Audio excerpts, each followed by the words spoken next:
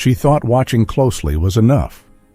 One tired morning at an airport, a grieving mother, a sleeping baby, and a stranger's quiet smile crossed paths. Then a police dog broke formation, and everything she believed about safety, trust, and love was about to be tested. Before we start, make sure to hit like, share, and subscribe. Rain whispered against the tall glass walls of the terminal, turning the outside world into soft gray watercolor. Inside, fluorescent light pooled on polished floors, and the air smelled faintly of coffee, damp wool, and disinfectant. Megan Parker was 35, average height, with a slim, tired steadiness in her frame, straight brown hair pulled into a low, practical tie, light skin drawn tight at the cheekbones from too many sleepless mornings. She wore a light beige jacket over a plain shirt, dark jeans, and simple sneakers that made almost no sound as she pushed the stroller forward. Her eyes did the work her hands could not. They swept every sign, every doorway, every shoulder that drifted too close. She had learned that kind of watching the hard way. A year ago, a careless driver had taken her husband in a blink of headlights and metal. Since then, Megan lived as if vigilance could bargain with fate. In the stroller, Oliver Parker, 1 year old, small and warm, fine light brown hair against smooth fair skin, slept beneath a thin blanket pulled up to his chest. His breathing was the only rhythm she trusted. It rose and fell like a quiet promise.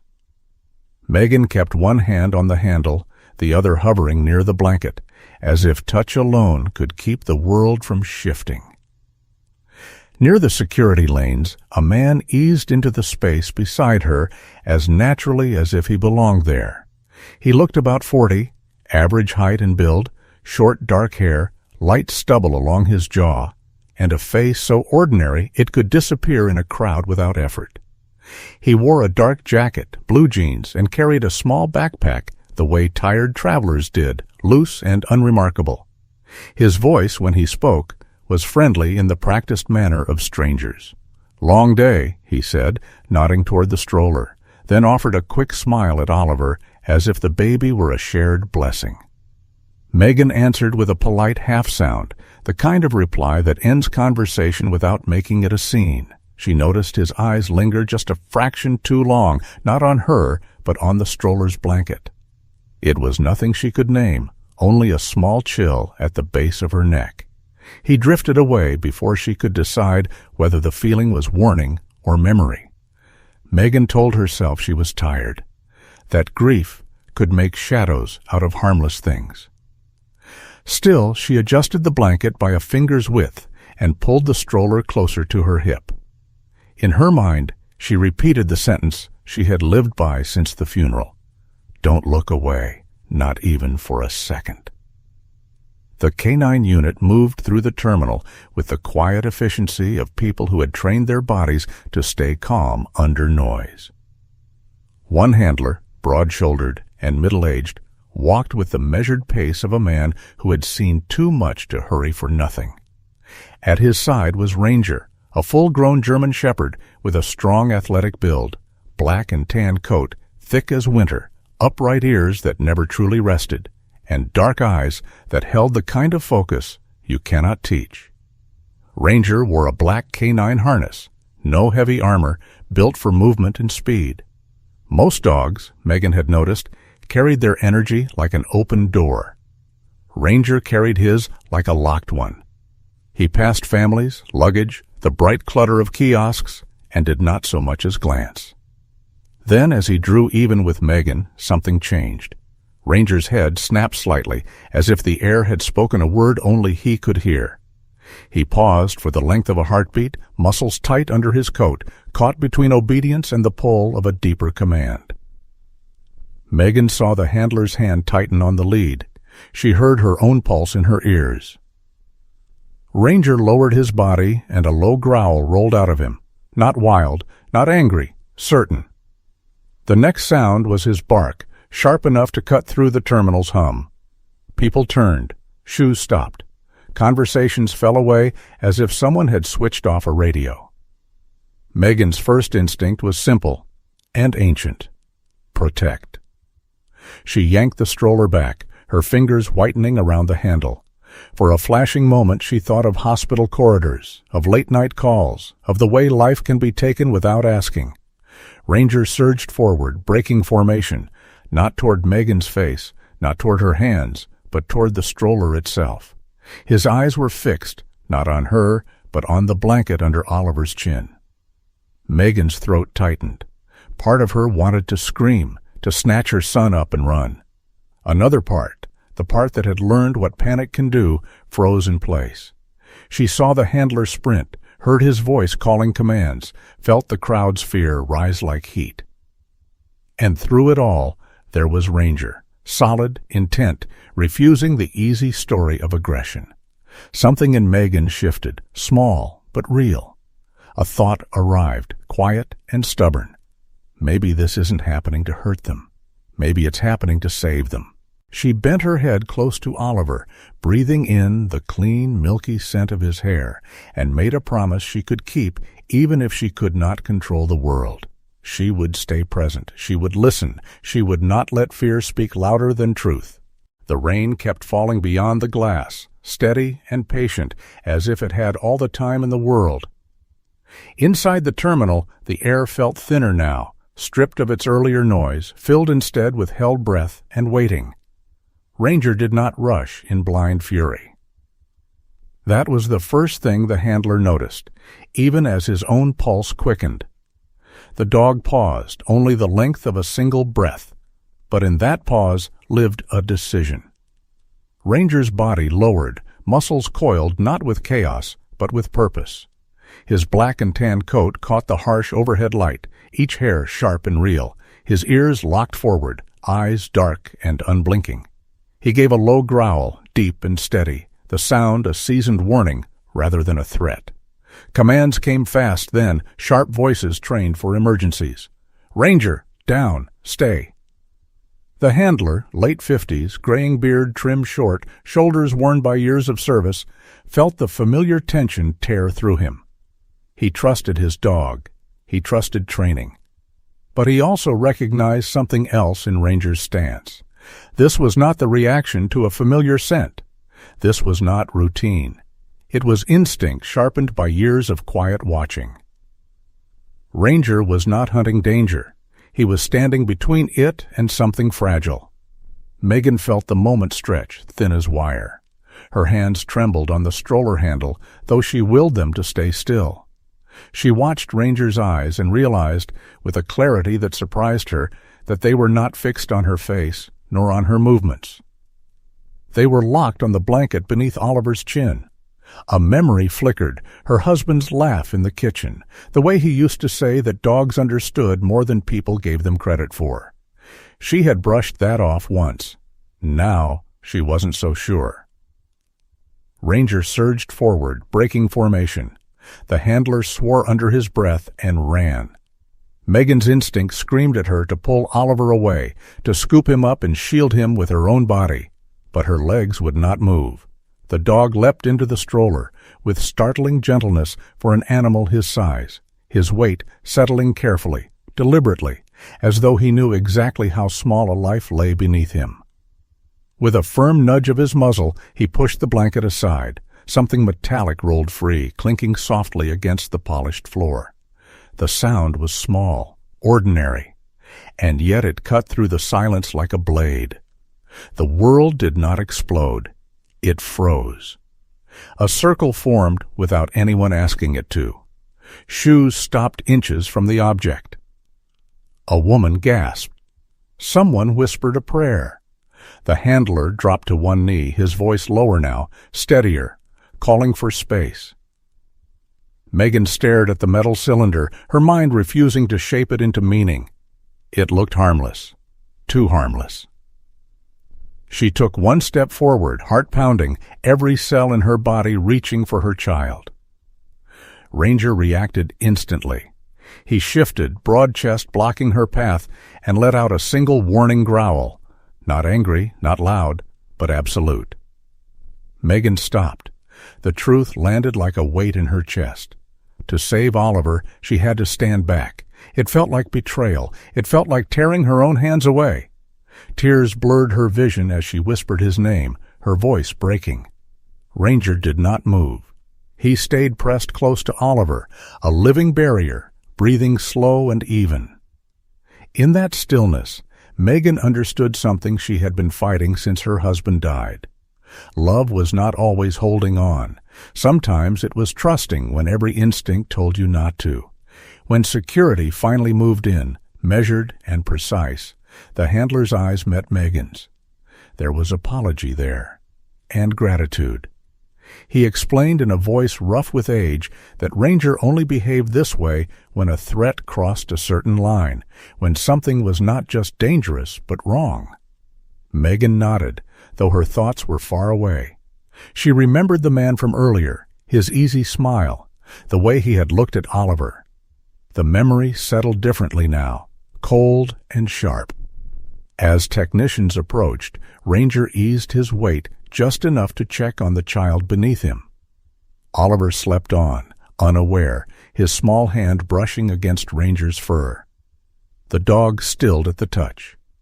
For a moment everything quieted again, the rain, the lights, the fear.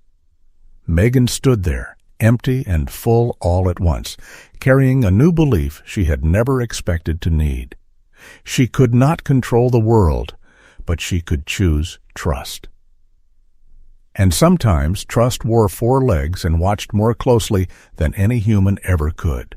The light seemed harsher now, colder, as if the terminal itself had drawn back. Rain traced slow lines down the glass walls, and the space between breaths grew heavy with consequence. The confirmation came quietly. Too quietly. A technician's voice, low and careful, carried the weight of what the metal cylinder truly was. Not something loud, not something dramatic, something worse, something that only needed pressure, a careless movement, the wrong moment. Megan heard the words, but could not hold them. Her body understood before her mind did. She stepped forward, heart tearing at her ribs, arms lifting toward the stroller on instinct older than language. Her child, her only certainty. Ranger moved before anyone else could speak. He shifted his weight, broad shoulders blocking her path, and let out a growl that stopped the air itself. It was not anger, it was command. Megan froze. The world narrowed to the space between her and the dog. Tears spilled down her face as she whispered Oliver's name, her voice breaking against the sound of rain and murmured radios. She had survived loss once. She could not survive it again. And yet, to save him, she had to stand still. Ranger held his ground, body steady, breath slow, dark eyes never leaving the stroller. His coat rose and fell with each measured breath, the black and tan fur catching the sterile light. The handler knelt nearby, one hand raised toward Megan, the other resting lightly on Ranger's harness, as if reminding himself that trust sometimes meant restraint. He was a man who had buried friends, who had learned that panic could undo even the best intentions. Megan felt the truth of that lesson burn through her. She remembered the hospital room where her husband had died, the beeping machines, the way she had begged time to stop. She had believed then that if she had been closer, faster, more alert, he might still be alive. Standing there now, she saw how that belief had shaped her into something sharp and fragile. Ranger did not share that illusion. He stood firm, not fighting the moment, not fleeing it, simply holding the line. Megan's knees weakened, and she lowered herself to the floor, palms flat against the cold tile, breathing through sobs she could no longer hide. Around them, the terminal obeyed a new gravity. People stepped back, voices softened.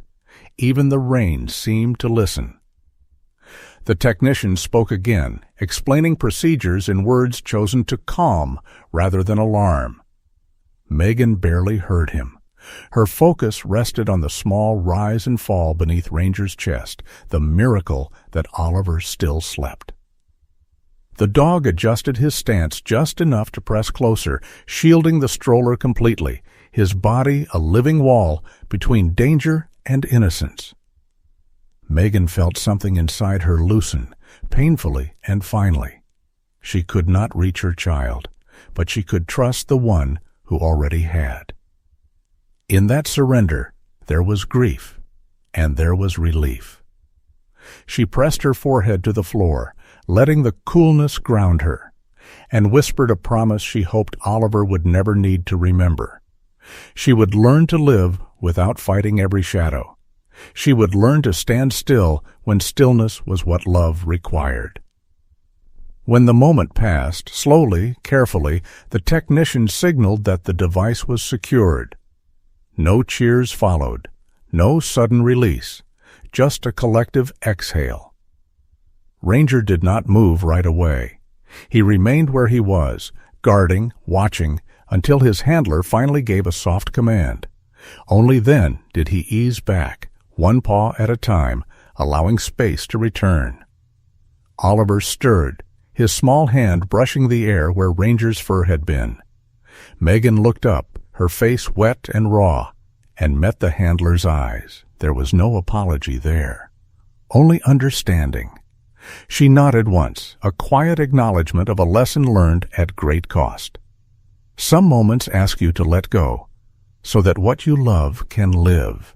The rain thinned to a mist, and the terminal lights reflected off the floor like pale memory, revealing more than anyone was ready to see. When the device was finally secured, Megan's strength seemed to leave her all at once. She lowered herself onto a nearby bench, shoulders bowed, breath shallow, eyes unfocused. The handler spoke softly to her, words meant to steady, but they drifted past. What held her was the quiet hum of monitors and the sense that something unseen still lingered. A security officer guided her toward a small room paneled in lightwood, warmer than the terminal, where the smell of old paper and coffee clung to the air. He was a man in his early 60s, gray hair thinning, voice measured, wearing a navy jacket worn smooth at the cuffs. He had spent decades watching people unravel on screens. With care, he rewound the footage. Megan watched herself from above, pushing the stroller, adjusting the blanket. Then she saw him, the man from earlier, his posture casual, his smile easy, the way his hand hovered for a second longer than it should have. Megan's stomach tightened. The moment played again, slower. She saw the turn of his head, the practiced calm, the choice. The room felt smaller. The truth settled into her bones, cold and exact. The officer paused the video and looked at Megan with eyes that had learned not to flinch. He told her the man had followed her from the parking structure, keeping a careful distance. He spoke of patterns and probabilities, of how evil often hides behind politeness. Megan heard only fragments. Her thoughts returned to that smile, to how she had nodded back, grateful for normalcy. Shame crept in, sharp and unwelcome. She blamed herself for trusting a stranger, for letting her guard soften. Ranger lay at her feet, his head resting on his paws, dark eyes lifted toward her. He did not accuse. He did not reassure. He simply stayed. Megan knelt, pressing her forehead briefly against his neck, breathing in the clean scent of his fur. In that closeness, she felt the shame ease. She remembered her husband's voice again, older now, gentler in memory.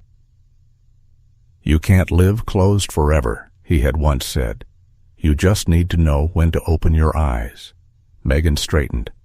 The officer resumed the footage. The man slipped through the crowd and disappeared down a corridor. A quiet alarm sounded somewhere far off.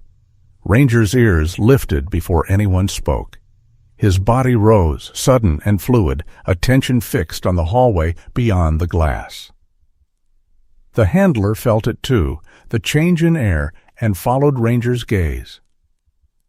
A figure moved fast against the flow of travelers, head down, steps uneven. Ranger barked once, sharp and clear, and the handler released the lead. The pursuit that followed was swift, contained, almost gentle in its restraint. The man did not run far. When he was brought back, his shoulders slumped, the smile gone, face older now, drawn tight by regret or fear. He spoke little.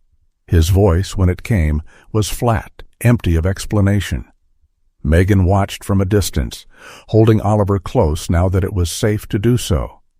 She did not feel anger as she had expected, only a deep, aching sadness. This was not a monster. It was a man who had chosen wrong and would live with it. Ranger returned to her side, calm again, work complete. His presence felt like closure.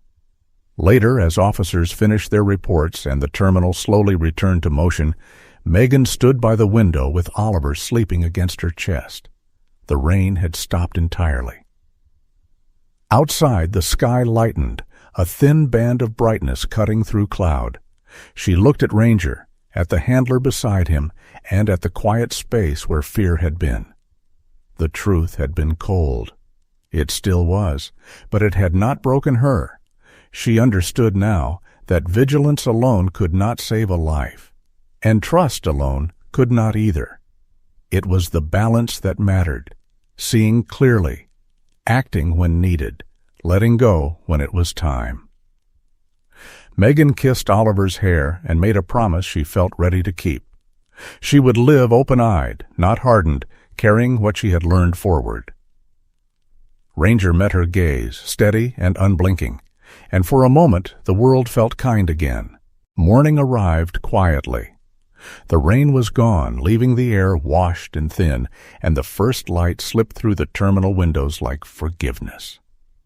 Oliver slept as if nothing in the world had ever reached for him. His breathing was even, his small body warm against Megan's chest. She stood near a wooden bench worn smooth by years of waiting, her knees still unsteady, her heart still learning how to slow. Ranger lowered his head and gently touched his nose to Oliver's tiny hand. It was not training. It was instinct softened by care. In his sleep, Oliver curled his fingers and caught a small tuft of Ranger's fur. The dog did not pull away. He stood still, eyes half-lidded, as if this quiet contact mattered as much as anything he had done that day. Megan sank to her knees. She wrapped her arms around Ranger's neck, pressing her face into the warmth of his coat. Her tears came without sound, not from fear now, but from release. She understood something she had not before. Protection did not always wear a human face, and love did not always speak. The handler approached with the careful steps of a man who knew when not to interrupt. He was tired in a way that came from decades of responsibility, his beard more gray than brown now, his uniform creased from long hours. He crouched beside Megan and spoke softly, telling her Ranger would be commended, that reports would be written, that words like hero and exceptional would be used. Megan listened politely, then shook her head. She thanked him, but her gratitude belonged somewhere deeper. She thought of her husband, gone in a moment of someone else's carelessness.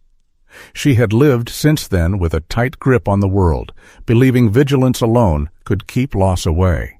Now she saw the cost of that belief. Ranger had not saved Oliver by control or force. He had saved him by attention, by presence, by knowing when to act and when to hold.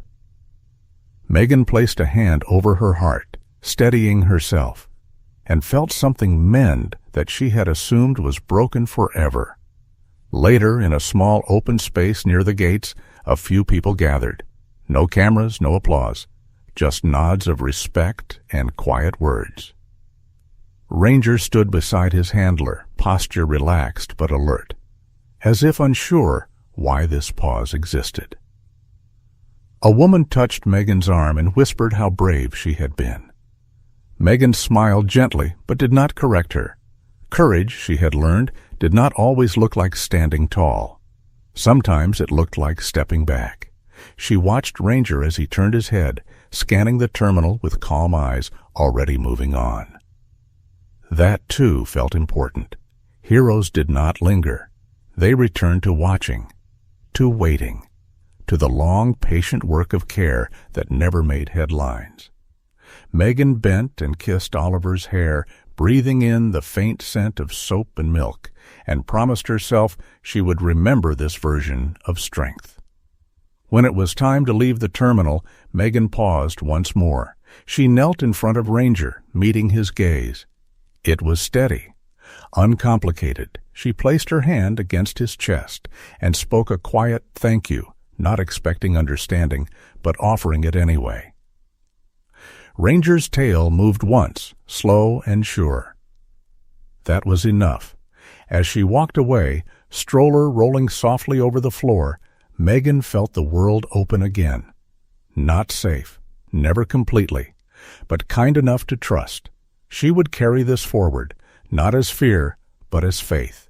Faith in attention, faith in restraint, faith in the small, wordless moments that keep us here.